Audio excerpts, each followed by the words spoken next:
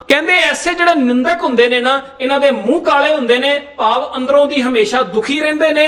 ਨਰਕੇ ਘੋਰ ਪਵਨ, ਤੇ ਇਹ ਹਮੇਸ਼ਾ ਨਰਕ ਦੇ ਵਿੱਚ ਪਏ ਰਹਿੰਦੇ ਨੇ। ਮਰਨ ਤੋਂ ਬਾਅਦ ਨਰਕ ਦੇ ਵਿੱਚ ਪੈਣਾ ਨਹੀਂ ਹੈ। ਨਿੰਦਾ ਕਰਦੇ ਸੀ ਜਿਹੜਾ ਬੰਦਾ ਇੱਥੇ ਅੱਜ ਰਹਿੰਦਿਆਂ ਹੋਇਆਂ ਨਿੰਦਾ ਕਰ ਰਿਹਾ ਹੈ, ਕਿਸੇ ਦੇ ਬਾਰੇ ਦੇ ਵਿੱਚ ਕੋਲੋਂ ਗੱਲਾਂ ਬਣਾ ਕੇ ਕਰਦਾ ਪਿਆ, ਸਮਝ ਲਓ ਅੱਜ ਹੀ ਉਹ ਨਰਕ ਦੇ ਵਿੱਚ ਪਿਆ ਹੋਇਆ ਹੈ। ਨਿੰਦਾ ਰੂਪੀ ਨਰਕ ਦੇ ਵਿੱਚ ਅੱਜ ਹੀ ਉਹ ਪੈ ਗਿਆ। ਹੁਣ ਗਿਣਤੀ ਕਰਕੇ ਵੇਖੋ ਦੁਨੀਆ ਦੇ ਵਿੱਚ ਕਿੰਨੇ ਕੁ ਲੋਕ ਐਸੇ ਹੋਣਗੇ ਜਿਹੜੇ ਨਿੰਦਾ ਕਰਦੇ ਹੋਣਗੇ। ਜੇ ਨਿੰਦਾ ਕਰਦੇ ਨੇ ਤੇ ਅੱਜ ਹੀ ਨਰਕ ਦੇ ਵਿੱਚ ਪਏ ਹੋਏ ਨੇ।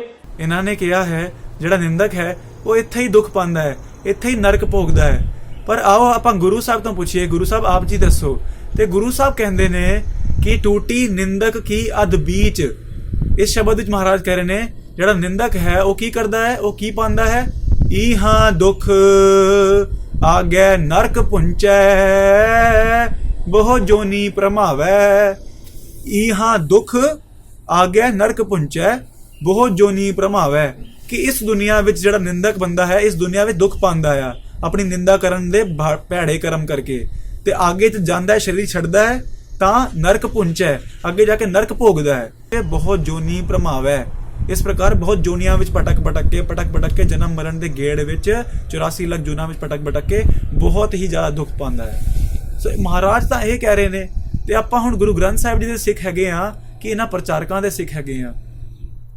ਵਾਹਿਗੁਰੂ ਜੀ ਕਾ ਖਾਲਸਾ, ਵਾਹਿਗੁਰੂ ਜੀ ਕੀ ਫਤਿਹ। ਗੁਰੂ ਪਿਆਰਿਓ, ਜਿਵੇਂ ਕਿ ਤੁਸੀਂ ਜਾਣਦੇ ਹੋ ਅੱਜ ਕੱਲ੍ਹ ਪੰਥ ਵਿੱਚ ਬੜੇ ਸਾਰੇ ਸ਼ੰਕਾਵਾਦੀ ਪ੍ਰਚਾਰਕ ਆ ਗਏ ਨੇ, ਜਿਨ੍ਹਾਂ ਵਿੱਚੋਂ ਇੱਕ ਨੇ ਭਾਈ ਬਲਜੀਤ ਸਿੰਘ ਦਿੱਲੀ ਵਾਲੇ। ਇਹਨਾਂ ਨੇ ਗੁਰੂ ਸਾਹਿਬ ਬਾਰੇ, ਗੁਰੂ ਸਾਹਿਬ ਦੀ ਬਾਣੀ ਬਾਰੇ ਬਹੁਤ ਮਿਸ ਇੰਟਰਪ੍ਰੀਟੇਸ਼ਨਸ, ਬਹੁਤ ਗਲਤ ਅਰਥ ਕੀਤੇ ਨੇ ਤੇ ਸੰਗਤ ਨੂੰ ਗੁੰਮਰਾਹ ਕਰ ਰਹੇ ਨੇ। ਮੈਂ ਇਹਨਾਂ ਦੇ ਉੱਤੇ 1 ਘੰਟੇ ਦੀ ਇੱਕ ਵੀਡੀਓ ਬਣਾਈ ਸੀ ਦਸੰਬਰ ਵਿੱਚ, ਤੇ ਇਹਨਾਂ ਨੇ ਕਾਪੀਰਾਈਟ ਸਟ੍ਰਾਈਕ ਕਰਵਾ ਕੇ ਮੇਰੀ ਵੀਡੀਓ ਡਿਲੀਟ ਕਰਵਾ ਦਿੱਤੀ ਸੀ। ਹੁਣ YouTube ਨੇ ਮੇਰੀ ਵੀਡੀਓ ਵਾਪਸ ਕਰ ਦਿੱਤੀ ਹੈ ਤੇ ਤੁਸੀਂ ਉਹ ਵੀਡੀਓ ਸੁਣ ਸਕਦੇ ਹੋ। ਇਸ ਵੀਡੀਓ ਵਿੱਚ ਇਹਨਾਂ ਦੇ ਜਿਹੜੇ ਕਲੇਮ ਸੀਗੇ ਕਿ ਪਰਮੇਸ਼ਰ ਜਿਹੜੇ ਨੇ ਉਹ ਸਿਰਫ ਗੁਣ ਹੀ ਨੇ, ਗੁਰੂ ਸਾਹਿਬ ਸਿਰਫ ਗੁਣ ਹੀ ਨੇ, ਤੇ ਨਾਮ ਦਾ ਅਰਥ ਹੁੰਦਾ ਹੈ ਗੁਣ। ਮਤਲਬ ਕਿ ਇਹ ਪਰਮੇਸ਼ਰ, ਗੁਰੂ ਸਾਹਿਬ ਜੀ ਅਤੇ ਨਾਮ ਸਭ ਨੂੰ ਗੁਣ, ਸੱਚਾ ਗਿਆਨ, ਕਾਮਨ ਸੈਂਸ, ਅਕਲ, ਸੂਝ-ਬੂਝ ਇਸ ਤਰ੍ਹਾਂ ਪ੍ਰੂਵ ਕਰਨ ਵਿੱਚ ਲੱਗੇ ਹੋਏ ਨੇ, ਤੇ ਗੁਰੂ ਗ੍ਰੰਥ ਸਾਹਿਬ ਜੀ ਦੀ ਹਸਤੀ ਨੂੰ ਇਹ ਛੁਟਿਆਉਣ ਦੀ ਕੋਸ਼ਿਸ਼ ਕਰਦੇ ਪਏ ਨੇ। ਸਾਡੀ ਅੱਜ ਦੀ ਵੀਡੀਓ ਦਾ ਇਹ ਮਕਸਦ ਹੈ ਕਿ ਜਿਹੜੀ ਬਲਜੀਤ ਸਿੰਘ ਦਿੱਲੀ ਵਾਲਿਆਂ ਨੇ ਸੀਰੀਜ਼ ਸਟਾਰਟ ਕੀਤੀ ਹੈ, ਜਿਹਦੇ ਵਿੱਚ ਗੁਰਮਤਿ ਦੇ ਕਈ ਅਹਿਮ ਅਸੂਲਾਂ ਨੂੰ ਇਹ ਰੱਦ ਕਰਦੇ ਪਏ ਨੇ, ਇਹਨਾਂ ਸ਼ੰਕਾਵਾਂ ਦਾ ਅਸੀਂ ਗੁਰਬਾਣੀ ਅਨੁਸਾਰ, ਗੁਰਮੁਖਾਂ ਦੇ ਅਨੁਭਵ ਅਨੁਸਾਰ ਇਸ ਦਾ ਜਵਾਬ ਦੇਵਾਂਗੇ। ਸੋ ਸ਼ੁਰੂ ਕਰਨ ਤੋਂ ਪਹਿਲਾਂ ਮੈਂ ਆਪਣੀ ਪਿਛਲੀ ਵੀਡੀਓ ਦੀ ਗੱਲ ਦੁਹਰਾ ਦੇਵਾਂ ਕਿ ਜਿਹੜੇ ਮੈਂ ਸਵਾਲ ਪੁੱਛੇ ਸੀਗੇ ਉਹਦਾ ਅਜੇ ਤੱਕ ਜਵਾਬ ਨਹੀਂ ਆਇਆ। ਕਿ ਗੁਰਬਾਣੀ ਦਾ ਇੱਕ ਸ਼ਬਦ ਹੈ ਜਿਹਦੇ ਵਿੱਚ ਮਹਾਰਾਜ ਕਹਿੰਦੇ ਨੇ ਕਿ ਬਿਨ ਸਤਿਗੁਰ ਕੋ ਨਾਉ ਨਾ ਪਾਏ, प्रभ ऐसी बनत बनाई है। बिन सतगुर को नाउ न पाए, प्रभ ऐसी बनत बनाई है। कि अगर नाम का अर्थ ज्ञान है, अगर गुरु का अर्थ भी सच्चा ज्ञान है, अगर परमेश्वर का भी अर्थ ज्ञान ही है, तो फिर बिन सतगुर को नाउ न पाए, प्रभ ऐसी बनत बनाई है।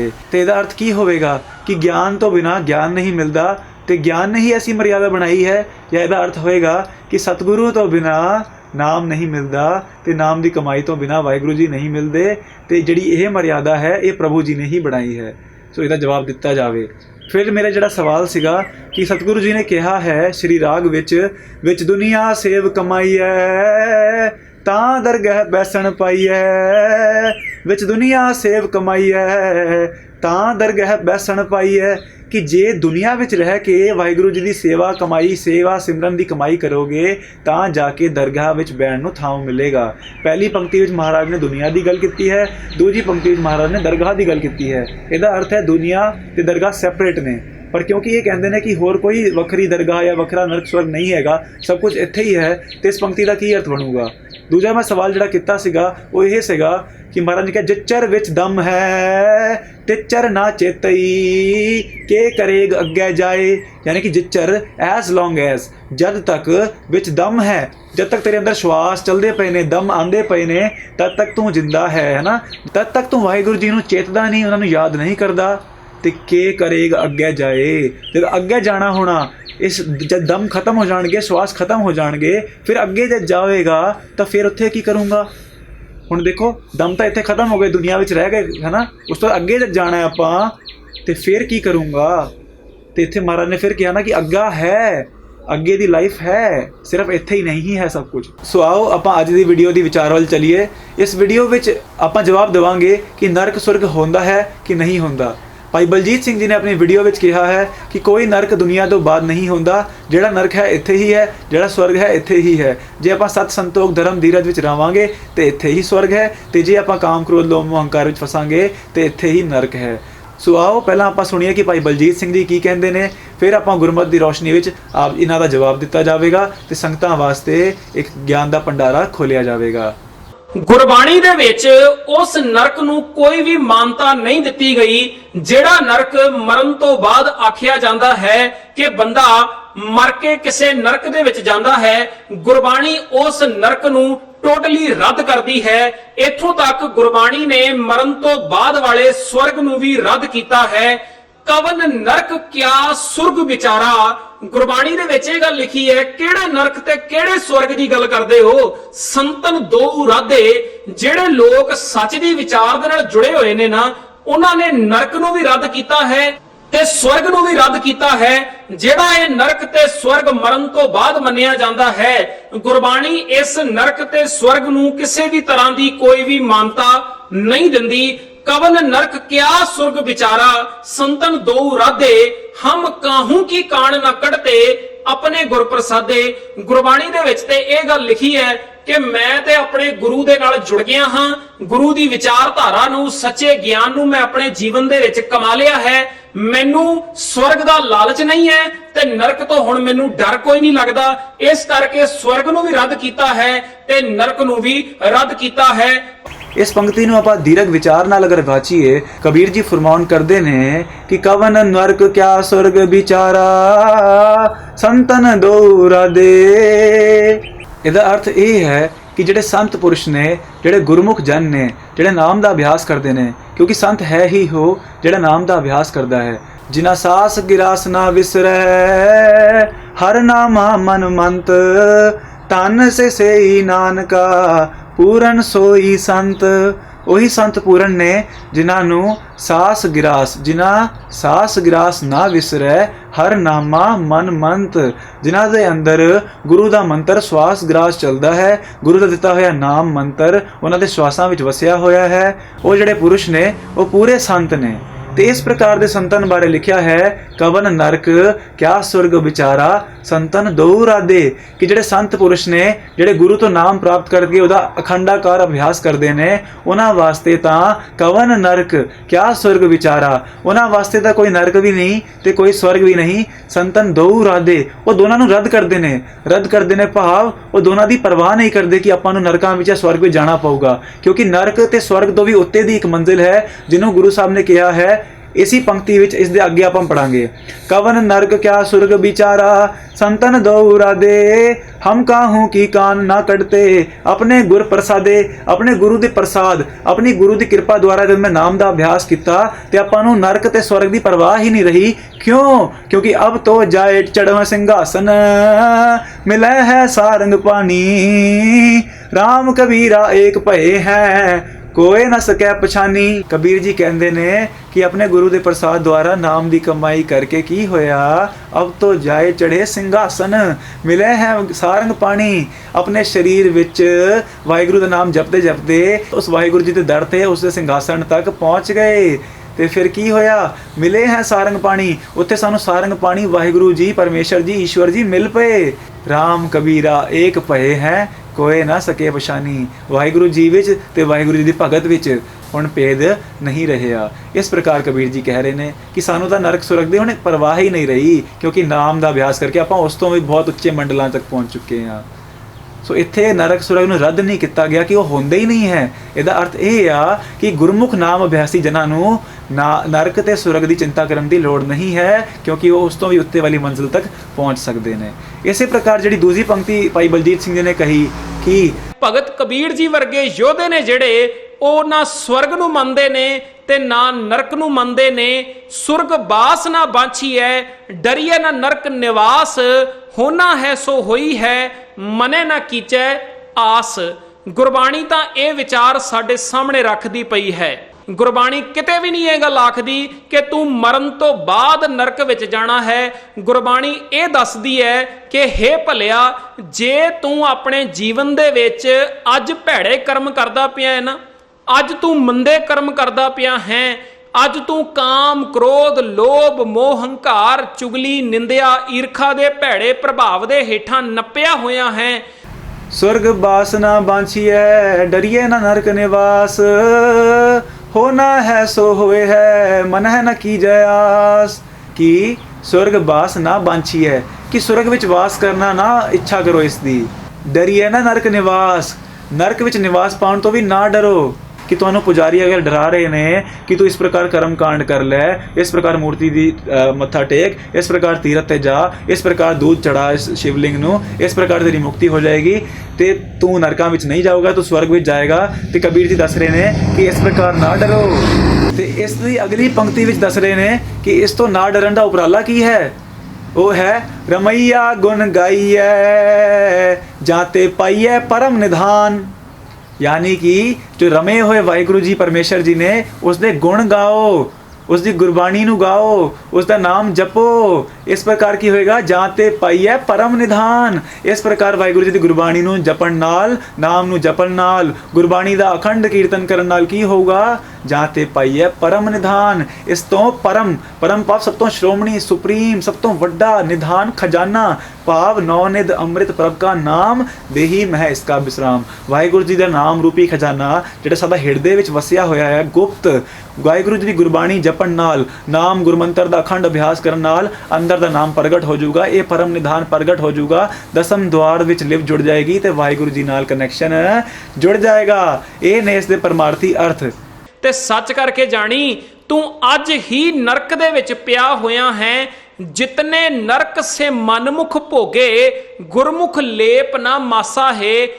मनमुख जड़ा है ना, जड़ा मन दे पिछे लग के तुरदा है, भैड़े विचारां दे पिछे लग के तुरदा है, वो अज ही कई तरह के नरक भोगदा पिया है। वो काम दा नरक भोगदा है, क्रोध दा नरक भोगदा है, लोभ, मोह, हंकार, चुगली, निंदिया दा वो नरक भोगी जाता है। इन्हां दे भैड़े प्रभाव दे हेठां हमेशा नप्पिया रहिंदा है। ये जिहड़ी पंक्ति है, इस पंक्ति तो पहला दो पंक्तियां होर भी लिखियां ने। गुरु साहब ने कहा, मनमुख आवे मनमुख जावे, मनमुख फिर चोटां खावे, जितने नरक से मनमुख भोगें, गुरमुख लेप न मासा है। गुरु साहब कह रहे ने मनमुख, मनमुख यानी जो अपने मन वाल मुख रखता है, जिहड़ा अपने मन नू मुख रखता है, अपने मन के अनुसार अपनी जीवन चलता है, अपने मन के मत अनुसार गुरु के अर्थ बदलने लग पैंदा है, गुरु नू ज्ञान कहन लग पैंदा है। गुरु ग्रंथ साहिब जी नू कहंदा है कि ये तो महज एक जरिया है, ये तो एक पुस्तक है, इस गुरु तो ज्ञान है। सो इस प्रकार जिहड़े मनमुख ने वो की होंदे ने, मनमुख आवे मनमुख जावे, मनमुख फिर चोटां खावे। कि जिहड़ा मनमुख है वो आंदा जांदा आ, हुण कित्थे आंदा जांदा है, जन्म मरण विच आंदा जांदा है, फिर चोटां खावे। और इस प्रकार जन्म मरण के गेड़ विच पै के बहुत चोटां खांदा है। हुण वेखो सूअर दी जून वेखो, कुत्ते दी जून वेखो, बैल दी जून वेखो, किन्नी सोटियां पैंदियां ने, किन्नी मार पैंदी है। गधे की जून वेखो किस तरह लद के लैके जाया जाता है। इस प्रकार होर किन्नी जूना ने भैड़ियां सारियां विच जा के चोटां खाणियां पैंदियां ने। जितने नरक से मनमुख भोगैं, गुरमुख लेप ना मासा है। कि जिन्ने भी नरक ने ये सारे मनमुख भोगदा आ, गुरमुख लेप ना मासा है। हुण संसार विच तां दुख भोगदे ही भोगदे ने, लेकिन नाल दे नाल जिहड़ा अगे वाहिगुरू जी ने नरक बनाया है उत्थे भी जाना पैंदा आ। लेकिन जिहड़े गुरमुख ने, गुरमुख लेप ना मासा है, जिहड़े गुरमुख जन ने उन्हां नूं इस नरक सुरग दा लेप छे मासा है भाव मसा भी नहीं लगदा, बिल्कुल भी नहीं लगदा। क्योंकि जिवें मैं पहलां दस्सिया सीगा वो नाम जपदे ने, गुरबाणी नूं गाउंदे ने, जिस करके उन्हां दी परम अवस्था बन जाती है ते उन्हां नूं नरक सुरग की परवाह नहीं करनी पैंदी। पर इहदा अर्थ ये नहीं कि नरक सुरग होंदे ही नहीं। हुण वेखो जिहड़े गुरमुखां नूं लेप ना मासा है, उन्होंने गुरु दे वल अपना मुख रखिया, गुरु की शिक्षा नूं मुख रखिया, गुरु के उपदेशों नूं मुख रखिया। गुरु ने दसिया कि नाम जपो, शुभ कर्म कमाओ, शुभ गुण धारण करो। वो सारी चीज़ां उन्होंने गुरसिखां ने कीतियां, अवगुणां दा त्याग भी किया। इस प्रकार वो गुरमुख जन बने। ਹੁਣ ਵੇਖੋ ਪਿਆਰਿਓ, ਕਈ ਲੋਕ ਇਸ ਪ੍ਰਕਾਰ ਸ਼ੰਕਾ ਕਰਦੇ ਨੇ ਕਿ ਨਰਕ ਸੁਰਗ ਤਾਂ ਆਪਾਂ ਵੇਖਿਆ ਹੀ ਨਹੀਂ ਤੇ ਆਪਾਂ ਕਿਉਂ ਮੰਨ ਲਈਏ, ਇਦਾਂ ਦਾ ਕੋਈ ਨਰਕ ਸੁਰਗ ਹੁੰਦਾ ਹੀ ਨਹੀਂ ਹੈ। ਦੇਖੋ ਗੁਰੂ ਪਿਆਰਿਓ, ਜਦ 1469 ਵਿੱਚ ਮਹਾਰਾਜ ਆਏ ਸੀਗੇ ਤੇ ਮਹਾਰਾਜ ਆਉਣ ਤੋਂ ਬਾਅਦ ਮਹਾਰਾਜ ਜੀ ਨੇ ਬਾਣੀ ਵਿੱਚ ਇਹ ਵੀ ਕਿਹਾ ਕਿ ਪਾਤਾਲਾਂ ਪਾਤਾਲ ਲਖ ਆਗਾਸਾਂ ਆਗਾਸ ਓੜਕ ਓੜਕ ਭਾਲ ਥਕੇ ਵੇਦ ਕਹਿਨ ਇੱਕ ਬਾਤ। इसी प्रकार महाराज जी ने कहा कई कोट आकाश ब्रह्मांड कई कोट ससियर सूर नक्षत्र। इस प्रकार महाराज जी ने कहा कि कई करोड़ ब्रह्मांड ने, कई करोड़ सूर्य ने, सूरज ने, कई करोड़ ससियर चांद ने, कई करोड़ नक्षत्र ने, प्लैनेट्स ने, सूरज ने, चांद ने, गैलेक्सीज ने। ਹੁਣ ਮੈਨੂੰ ਕਿਹੜੀ ਆਕਾਸ਼ ਗੰਗਾ ਮਿਲਕੀ ਵੇ ਗੈਲੈਕਸੀ ਦਿਖਦੀ ਪਈ ਹੈ, ਮੈਨੂੰ ਤਾਂ ਹੁਣ ਵੀ ਨਹੀਂ ਦਿਸਦੀ ਪਈ। ਹੁਣ ਤਾਂ ਆਪਾਂ ਸਾਇੰਸ ਤੇ ਬਿਲੀਵ ਕਰਦੇ ਆ ਨਾ ਕਿ ਉਹਨਾਂ ਨੇ ਟੈਲੀਸਕੋਪ ਦੇ ਦੁਆਰਾ ਦਿਖਾ ਦਿੱਤਾ ਕਿ ਹਾਂ ਭਈਆ ਹੋਰ ਵੀ ਗੈਲੈਕਸੀਆਂ ਹੈਗੀਆਂ ਨੇ, ਹੋਰ ਵੀ ਯੂਨੀਵਰਸ ਹੈਗੇ ਨੇ। ਲੇਕਿਨ ਅੱਜ ਤੋਂ ਅਗਰ 400 ਸਾਲ ਪਿੱਛੇ ਚਲੇ ਜਾਈਏ ਤੇ ਮਹਾਰਾਜ ਨੇ ਜਦ ਉਸ ਵੇਲੇ ਕਿਹਾ ਹੋਣਾ ਇਹ ਚੀਜ਼, ਤੇ ਉਸ ਵੇਲੇ ਵੀ ਕਈ ਸ਼ੰਕਾਵਾਦੀ ਹੋਣਗੇ ਜਿਹੜੇ ਕਹਿੰਦੇ ਹੋਗੇ ਨਾ ਯਾਰ ਸਾਨੂੰ ਤਾਂ ਦਿਸਦਾ ਨਹੀਂ ਹੈ ਤੇ ਮਹਾਰਾਜ ਕਿੱਦਾਂ ਕਹਿ ਰਹੇ ਨੇ, ਇਹ ਤਾਂ ਹੋ ਹੀ ਨਹੀਂ ਸਕਦਾ, ਇਹ ਤਾਂ ਪ੍ਰੋਡਾਵਾਦ ਹੈ, ਇਹ ਤਾਂ ਵਰਨਾਕੂਲਰ ਲੈਂਗੁਏਜ ਹੈ, ਇਹ ਤਾਂ ਮਹਾਰਾਜ ਜੀ ਨੇ ਮੁਹਾਵਰੇ ਯੂਜ਼ ਕੀਤੇ ਨੇ, ਇਹ ਤਾਂ ਸਿਰਫ ਮਹਾਰਾਜ ਸਮਝਾਉਣ ਵਾਸਤੇ ਉਦਾਹਰਣ ਹੀ ਦੇ ਰਹੇ ਨੇ, ਇੱਦਾਂ ਦਾ ਕੁਝ ਨਹੀਂ ਹੁੰਦਾ। ਪਰ ਇਹ ਆਪਣੇ ਹੀ ਅਕਲ ਦਾ ਜਨਾਜ਼ਾ ਕੱਢਦੇ ਨੇ, ਕਿਉਂਕਿ ਉਹ ਆਪਣੇ ਆਪ ਨੂੰ ਦਿਵ ਲਤੀਵੀ ਸਤਿਗੁਰੂ ਧੰਨ ਧੰਨ ਸ਼੍ਰੀ ਗੁਰੂ ਨਾਨਕ ਦੇਵ ਜੀ ਮਹਾਰਾਜ ਕੋਟ ਬ੍ਰਹਮੰਡ ਕੇ ਠਾਕੁਰ ਸਵਾਮੀ ਨਾਲ ਆਪਣੇ ਆਪ ਨੂੰ ਕੰਪੇਅਰ ਕਰਦੇ ਨੇ। ਮਹਾਰਾਜ ਸਾਰੀ ਸ੍ਰਿਸ਼ਟੀ ਦੇ ਕਰਤੇ ਨੇ, ਸਾਰੀ ਸ੍ਰਿਸ਼ਟੀ ਦਾ ਗਿਆਨ ਮਹਾਰਾਜ ਨੂੰ ਹੈ ਤੇ ਮਹਾਰਾਜ ਬਿਨਾਂ ਟੈਲੀਸਕੋਪ ਤੇ ਇਹ ਸਭ ਸਾਨੂੰ ਦੱਸ ਸਕਦੇ ਆ। ਉਹਨਾਂ ਕੋਲ ਤਾਂ ਕੋਈ ਲੈਬੋਰੇਟਰੀ ਟੈਲੀਸਕੋਪ ਨਹੀਂ ਸੀਗੀ ਨਾ, ਉਹਨਾਂ ਨੇ ਦੱਸਿਆ। ਇਸੇ ਪ੍ਰਕਾਰ ਮਹਾਰਾਜ ਨੇ ਇਹ ਵੀ ਕਹਿ ਦਿੱਤਾ ਕਿ ਕਈ ਕੋਟ ਨਰਕ ਸੁਰਗ ਅਵਤਾਰ, ਕਈ ਕਰੋੜ ਹੈ ਨਾ ਨਰਕ ਸੁਰਗ ਅਵਤਾਰ। तो जे तुसी गुरु दे अनन गुरसिख हो, गुरमुख हो ਤਾਂ विश्वास करोगे, तो जे मन दे पिछे लगन वाले हो कि भाई मैनू तो दिसदा नहीं, तो नहीं होएगा, तो मन लो फिर कोई गल नहीं, मन दे पिछे लगोगे तो जितने नरक से मनमुख भोगे हैं गुरमुख लेप ना मासा है। ਜਿਹੜੇ ਗੁਰਮੁਖ ਜਨ ਨੇ ਜਿਨ੍ਹਾਂ ਨੇ ਵਿਸ਼ਵਾਸ ਕੀਤਾ ਗੁਰੂ ਦੇ ਬਚਨਾਂ ਤੇ ਨਾਮ ਦਾ ਅਭਿਆਸ ਕੀਤਾ, ਗੁਰਬਾਣੀ ਨੂੰ ਗਾਇਆ, ਉਹ ਤਾਂ ਇਸ ਨਰਕ ਸੁਰਗ ਦੇ ਚੱਕਰਾਂ ਤੋਂ ਫਿਰ ਵੀ ਹੋ ਗਏ, ਉਹ ਤਾਂ ਜਨਮ ਮਰਨ ਤੋਂ ਛੁੱਟ ਗਏ ਤੇ ਉਹ ਤਾਂ ਤਿਨ ਪਾਇਆ ਨਿਹਚਲ ਥਾਨਾ ਹੈ, ਉਹਨਾਂ ਨੇ ਤਾਂ ਨਿਹਚਲ ਨਿਸ਼ਚਲ ਥਾਨ ਪ੍ਰਾਪਤ ਕਰ ਲਿਆ। ਨਰਕ ਔਰ ਸੁਰਗ ਵੀ ਡਿਸਟਰੋਏ ਹੋ ਜਾਂਦੇ ਨੇ, ਨਰਕ ਸੁਰਗ ਵੀ ਪਰਮਾਨੈਂਟ ਡੈਸਟੀਨੇਸ਼ਨ ਨਹੀਂ ਹੈਗੀਆਂ। ਜਿਹੜਾ ਬੰਦਾ ਨਰਕ ਸੁਰਗ ਵਿੱਚ ਜਾਂਦਾ ਹੈ ਉਹਨੂੰ ਫਿਰ ਜੁਨਾ ਵਿੱਚ ਪੈ ਕੇ ਆਪਣੀ ਮੁਕਤੀ ਦਾ ਵਸੀਲਾ ਕਰਨਾ ਪੈਂਦਾ ਹੈ। ਲੇਕਿਨ ਜਿਹੜੇ ਗੁਰਮੁਖ ਨੇ ਤਿੰਨ ਪਾਇਆ ਨਿਹਚਲ ਥਾਨਾ ਹੈ, ਉਹ ਨਿਹਚਲ ਨਿਸ਼ਚਲ ਥਾਨ ਤੇ ਪਹੁੰਚਦੇ ਨੇ, ਜਿਹੜਾ ਸੱਚਖੰਡ ਕਰਮਖੰਡ ਹੈ ਜਿਹੜਾ ਕਦੀ ਡਿਸਟਰੋਏ ਨਹੀਂ ਹੁੰਦਾ। ਉੱਥੇ ਵਾਹਿਗੁਰੂ ਜੀ ਅਟਲ ਨੇ ਤੇ ਉਹਨਾਂ ਦੇ ਭਗਤ ਜਨ ਵੀ ਅਟਲ ਅਸਥਿਰ ਹੋ ਜਾਂਦੇ ਨੇ। ਗੁਰਬਾਣੀ ਨੇ ਭੈੜੇ ਕਰਮ ਜਿਹੜਾ ਬੰਦਾ ਕਰ ਰਿਹਾ ਹੈ ਨਾ, ਉਸ ਨੂੰ ਕਿਹਾ ਹੈ ਕਿ ਤੂੰ ਵੇਖ ਨਰਕ ਦੇ ਵਿੱਚ ਹੀ ਪਿਆ ਹੋਇਆ ਹੈ, ਕਿਉਂਕਿ ਭੈੜੇ ਕਰਮ ਹੀ ਅਸਲ ਦੇ ਵਿੱਚ ਨਰਕ ਨੇ। ਕਾਮ ਕ੍ਰੋਧ ਲੋਭ ਮੋਹ ਹੰਕਾਰ ਦਾ ਭੈੜਾ ਪ੍ਰਭਾਵ ਹੀ ਅਸਲ ਦੇ ਵਿੱਚ ਨਰਕ ਹੈ। ਗੁਰਬਾਣੀ ਵਿੱਚ ਆਉਂਦਾ ਹੈ, ਹੇ ਕਾਮੰ ਨਰਕ ਬਿਸ਼ਰਾਮੰ ਬਹੁ ਜੋਨੀ ਭਰਮਾਵਣ ਹੈ। ਕਾਮ ਨੂੰ ਸੰਬੋਧਨ ਹੁੰਦਿਆਂ ਹੋਇਆਂ ਮਹਿਲਾ ਪੰਜਵਾਂ ਕਹਿੰਦੇ ਨੇ, ਹੇ ਕਾਮ ਦੇ ਭੈੜੇ ਪ੍ਰਭਾਵ ਤੂੰ ਕਰਦਾ ਪਤਾ ਕੀ ਹੈ।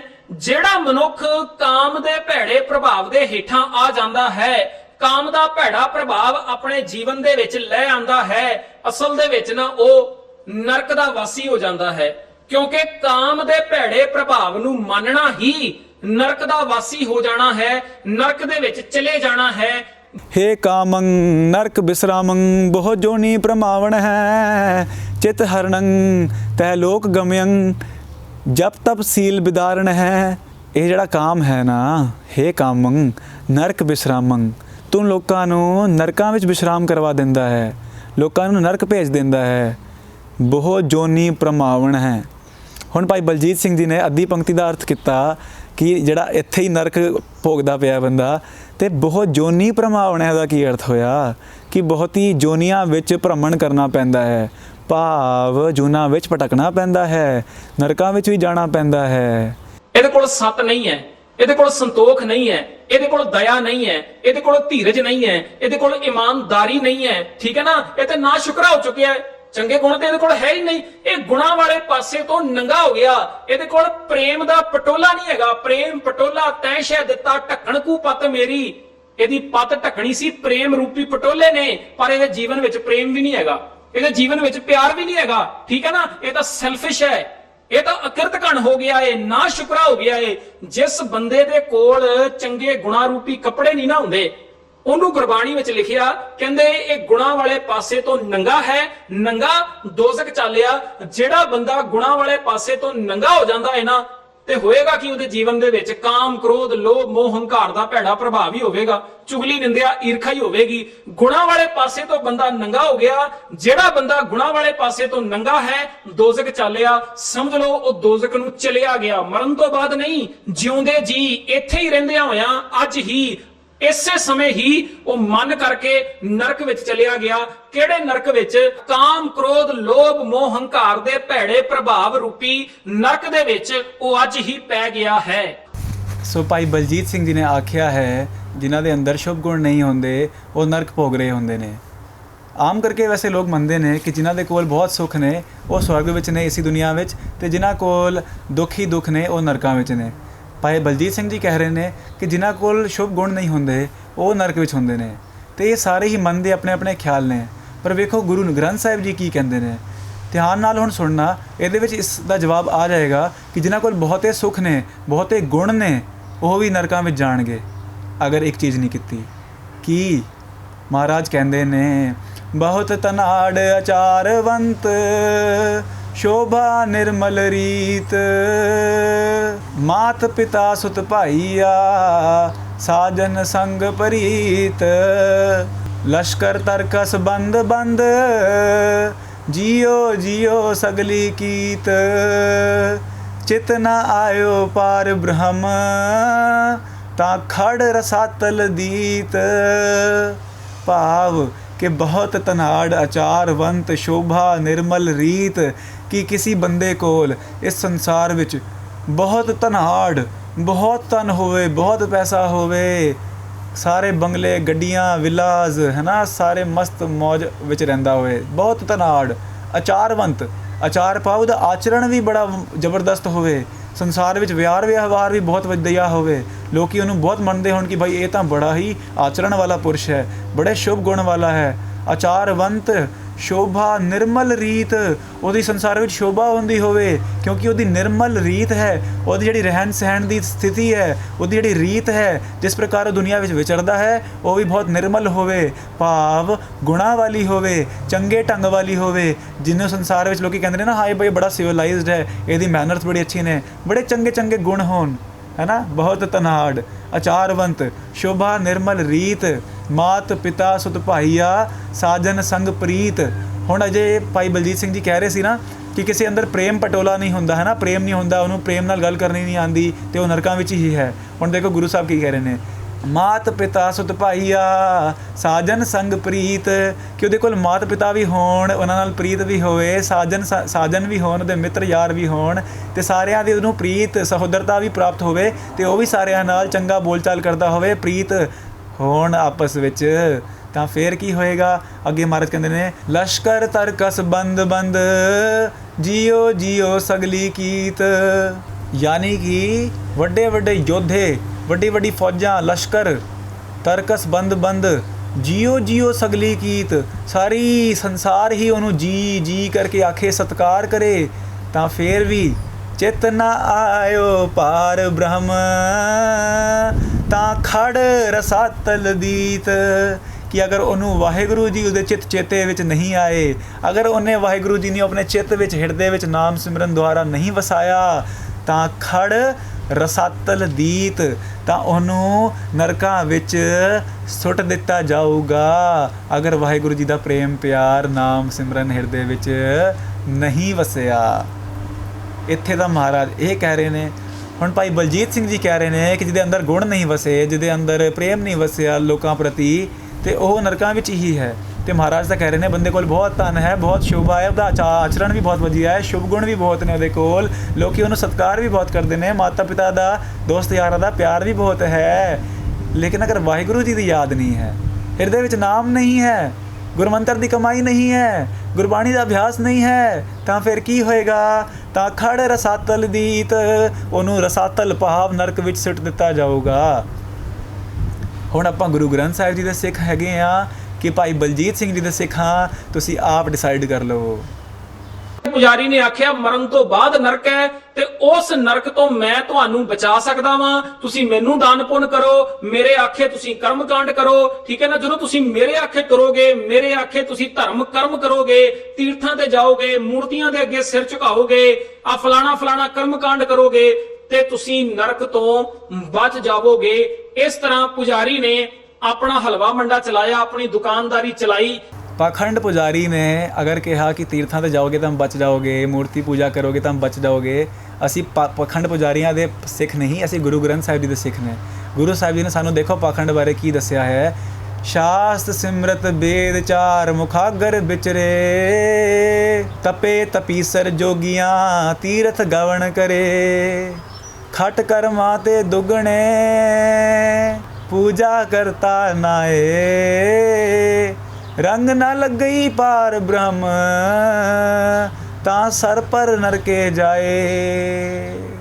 कि अगर तू सारे शास्त्र सिमृतियाँ अते चारां वेदां दा मुखागर भाव कंठ द्वारा पाठ करदा होवे, इसे प्रकार खट कर्मां ते दुगणे जिहड़े शांख न्याय वेदांत मीमांसा इस प्रकार ਜਿਹੜੇ 6 ਸ਼ਾਸਤਰ ਨੇ ਜਿਹੜੇ ਵੇਦਾਂ ਦੇ ਦੁਆਰਾ ਬਣੇ ਨੇ, ਵੇਦਾਂ ਦੀ ਐਕਸਟੈਂਸ਼ਨ ਨੇ, ਉਹਨਾਂ ਦੇ ਜਿਹੜੇ ਕਰਮ ਕਾਂਡ ਦਿੱਤੇ ਹੋਏ ਨੇ ਉਸ ਤੋਂ ਡਬਲ ਕਰਮ ਵੀ ਕਰਦਾ ਹੋਵੇ। ਤਪੇ ਤਪੀਸਰ ਜੋਗੀਆਂ ਤੀਰਥ ਗਵਨ ਕਰੇ, ਕਿ ਮਨਮਤ ਅਨੁਸਾਰ ਤਪੱਸਿਆ ਕਰੇ, ਆਪਣੀ ਯੋਗ ਸਵਾਸਾਂ ਨੂੰ ਹੇਠਾਂ ਉੱਤੇ ਚੜਾਉਣ ਦੀ ਕਿਰਿਆ ਵਿੱਚ ਲੱਗੇ ਰਵੇ, ਤੀਰਥਾਂ ਤੇ ਜਾ ਕੇ ਇਸ਼ਨਾਨ ਕਰੇ, ਮੂਰਤੀਆਂ ਦੀ ਪੂਜਾ ਕਰੇ, ਔਰ ਜਿੰਨੇ ਨਾਨਾ ਪ੍ਰਕਾਰ ਦੀਆਂ ਕਿਰਿਆ ਨੇ ਕਰਮ ਕਾਂਡ ਕਰਦਾ ਰਵੇ, ਤਾਂ ਰੰਗ ਨਾ ਲੱਗਈ ਪਾਰ ਬ੍ਰਹਮ ਤਾਂ ਸਰ ਪਰ ਨਰਕੇ ਜਾਏ। ਕਿ ਅਗਰ ਵਾਹਿਗੁਰੂ ਜੀ ਦਾ ਪ੍ਰੇਮ ਪਦਾਰਥ ਹਿਰਦੇ ਵਿੱਚ ਨਹੀਂ ਵਸਿਆ ਨਾ, ਤਾਂ ਸਰ ਪਰ ਨਰਕੇ ਜਾਏ, ਤਾਂ 100% ਡੈਫੀਨੇਟਲੀ ਸਰ ਪਰ ਨਰਕੇ ਜਾਏ, ਨਰਕਾਂ ਨੂੰ ਜਾਣਾ ਹੀ ਪਊਗਾ। ਇਹ ਗੁਰੂ ਗ੍ਰੰਥ ਸਾਹਿਬ ਜੀ ਦਾ ਉਪਦੇਸ਼ ਹੈ। ਤੇ ਜੇ ਅਸੀਂ ਗੁਰਮੁਖ ਸੱਚੇ ਸੁੱਚੇ ਸ਼ਰਧਾਲੂ ਗੁਰੂ ਦੇ ਅਨੰਨ ਭਗਤ ਸਿੱਖ ਹੈਗੇ ਆ, ਤੇ ਆਪਾਂ ਨੂੰ ਸਤਿਗੁਰੂ ਜੀ ਦੀ ਬਾਣੀ ਤੇ ਵਿਸ਼ਵਾਸ ਹੋਊਗਾ। ਤੇ ਜੇ ਅਸੀਂ ਆਪਣੇ ਮਨ ਦੇ ਪਿੱਛੇ ਸ਼ਾਰਟਕਟ ਫਾਰਮੂਲੇ ਵਿੱਚ ਲੱਗਣਾ ਹੈ, ਤਾਂ ਤੁਹਾਡੀ ਹੀ ਇੱਛਾ ਹੈ, ਮੰਨੋ ਨਾ ਮੰਨੋ, ਗੁਰੂ ਸਾਹਿਬ ਨੂੰ ਫਰਕ ਨਹੀਂ ਪੈਂਦਾ। ਗੁਰੂ ਸਾਹਿਬ ਜੀ ਨੇ ਤਾਂ ਦੱਸ ਦਿੱਤਾ ਹੈ, ਕਮਾਉਣਾ ਗੁਰਸਿੱਖਾਂ ਦਾ ਕੰਮ ਹੈ। ਸੋ ਗੁਰੂ ਪਿਆਰਿਓ, ਮੇਰੀ ਆਪ ਜੀ ਤੋਂ ਇਹ ਬੇਨਤੀ ਹੈ ਕਿ ਇਸ ਪ੍ਰਕਾਰ ਦੇ ਸ਼ੰਕੇਵਾਦੀ ਪ੍ਰਚਾਰਕਾਂ ਤੋਂ ਬਚ ਕੇ ਰਿਹਾ ਕਰੋ। ਦਾਸ ਤਾਂ ਕਾਲਜ ਵਿੱਚ ਪੜ੍ਹਦਾ ਹੈ, ਕਾਲਜ ਦੀ ਪੜ੍ਹਾਈ ਵੀ ਹੁੰਦੀ ਹੈ, ਤੇ ਹਰ ਵੇਲੇ ਟਾਈਮ ਨਹੀਂ ਹੁੰਦਾ ਕਿ ਅਸੀਂ ਇਸ ਵੀਡੀਓ ਦੇ ਰਾਹੀਂ ਇਹਨਾਂ ਨੂੰ ਜਵਾਬ ਦੇ ਸਕੀਏ, ਤੇ ਆਪਾਂ ਨੂੰ ਸਮਾਂ ਕੱਢ ਕੇ ਇਹ ਵੀਡੀਓ ਬਣਾਉਣੀ ਪੈਂਦੀ ਹੈ, ਐਡੀਟਿੰਗ ਵਿੱਚ ਵੀ ਟਾਈਮ ਲੱਗਦਾ ਹੈ। ਸੋ ਮੈਂ ਤੁਹਾਨੂੰ ਇੱਕ ਸ਼ਾਰਟਕਟ ਫਾਰਮੂਲਾ ਦੱਸਣ ਲੱਗਿਆ ਹਾਂ ਕਿ ਜੇ ਤੁਹਾਨੂੰ ਕਿਸੇ ਵੀ ਪ੍ਰਕਾਰ ਦਾ ਸ਼ੰਕਾ ਹੋਵੇ, ਜਿਵੇਂ ਨਰਕ ਸੁਰਗ, ਧਰਮਰਾਜ, ਚਿੱਤਰਗੁਪਤ, ਤੇ ਤੁਸੀਂ ਇਹ ਜਿਹੜੀ ਪੁਸਤਕ ਆ ਅਣਡਿੱਠੀ ਦੁਨੀਆ, ਇਹ ਜ਼ਰੂਰ ਪੜ੍ਹਨਾ। ਇਹਦੇ ਵਿੱਚ ਜਿਹੜੇ ਵੀ ਗੁਰਬਾਣੀ ਦੇ ਤੱਤ ਅਸੂਲ ਨੇ ਉਹਦੇ ਹਵਾਲੇ ਦੇ ਕੇ ਇਸ ਪੁਸਤਕ ਦਾ ਨਿਰਮਾਣ ਕੀਤਾ ਗਿਆ ਹੈ, ਤੇ ਇਹਦੇ ਵਿੱਚ ਗੁਰਮੁਖਾਂ ਦੇ ਅਨੁਭਵ ਵੀ ਲਿਖੇ ਨੇ, ਤੇ ਭਾਈ ਸਾਹਿਬ ਜੀ ਨੇ ਆਪਣੀ ਨਾਮ ਅਭਿਆਸ ਕਮਾਈ ਦੁਆਰਾ ਵੀ ਗੁਰਮਤ ਦੇ ਅਸੂਲਾਂ ਨੂੰ ਗੁਰਬਾਣੀ ਅਨੁਸਾਰ ਦ੍ਰਿੜ ਕਰਵਾਇਆ ਹੈ। ਸੋ ਗੁਰੂ ਪਿਆਰਿਓ, ਤਰਕਾਂ ਵਿੱਚ ਨਾ ਫਸੋ, ਗੁਰੂ ਦੇ ਉੱਤੇ ਸ਼ਰਧਾ ਲੈ ਕੇ ਆਓ, ਗੁਰਬਾਣੀ ਦਾ ਅਭਿਆਸ, ਨਾਮ ਅਭਿਆਸ, ਅੰਮ੍ਰਿਤ ਵੇਲੇ ਜਾਗੋ, ਬਾਣੀ ਪੜ੍ਹੋ, ਭਗਤੀ ਭਾਵ ਵਿੱਚ ਪ੍ਰੇਮ ਸਹਿਤ ਜੁੜੋ। ਤੇ ਇਹਨਾਂ ਦਾ ਵੀ ਗੱਲ ਸੁਣ ਲਓ ਹੁਣ। ਜੇ ਇਹ ਵੀਡੀਓ ਤੁਹਾਨੂੰ ਚੰਗੀ ਲੱਗੀ ਹੈ, ਇਸ ਵੀਡੀਓ ਨੂੰ ਲਾਈਕ ਕਰ ਦਿਓ, ਆਪਣਾ ਕਮੈਂਟ ਲਿਖ ਕੇ ਦੱਸਿਓ ਕਿ ਤੁਹਾਨੂੰ ਇਹ ਵੀਡੀਓ ਕਿਵੇਂ ਦੀ ਲੱਗੀ। ਇਸ ਵੀਡੀਓ ਨੂੰ ਵੱਧ ਤੋਂ ਵੱਧ ਸ਼ੇਅਰ ਕਰ ਦਿਓ। ਕਈ ਲੋਕ ਇੱਦਾਂ ਦੇ ਵੀ ਨੇ ਜਿਹੜੇ ਆਪਣੇ ਆਤਮਿਕ ਜੀਵਨ ਤੋਂ ਭਟਕਦੇ ਜਾ ਰਹੇ ਨੇ, ਕਿਉਂਕਿ ਇਸ ਪ੍ਰਕਾਰ ਦੇ ਪ੍ਰਚਾਰਕ ਉਹਨਾਂ ਨੂੰ ਭਟਕਾਉਂਦੇ ਪਏ ਨੇ। ਸੋ ਸਾਰਿਆਂ ਨੂੰ ਬੇਨਤੀ ਹੈ, ਇਸ ਵੀਡੀਓ ਨੂੰ ਵੱਧ ਤੋਂ ਵੱਧ ਸ਼ੇਅਰ ਕਰ ਦਿਓ। ਵਾਹਿਗੁਰੂ ਜੀ ਕਾ ਖਾਲਸਾ, ਵਾਹਿਗੁਰੂ ਜੀ ਕੀ ਫਤਿਹ।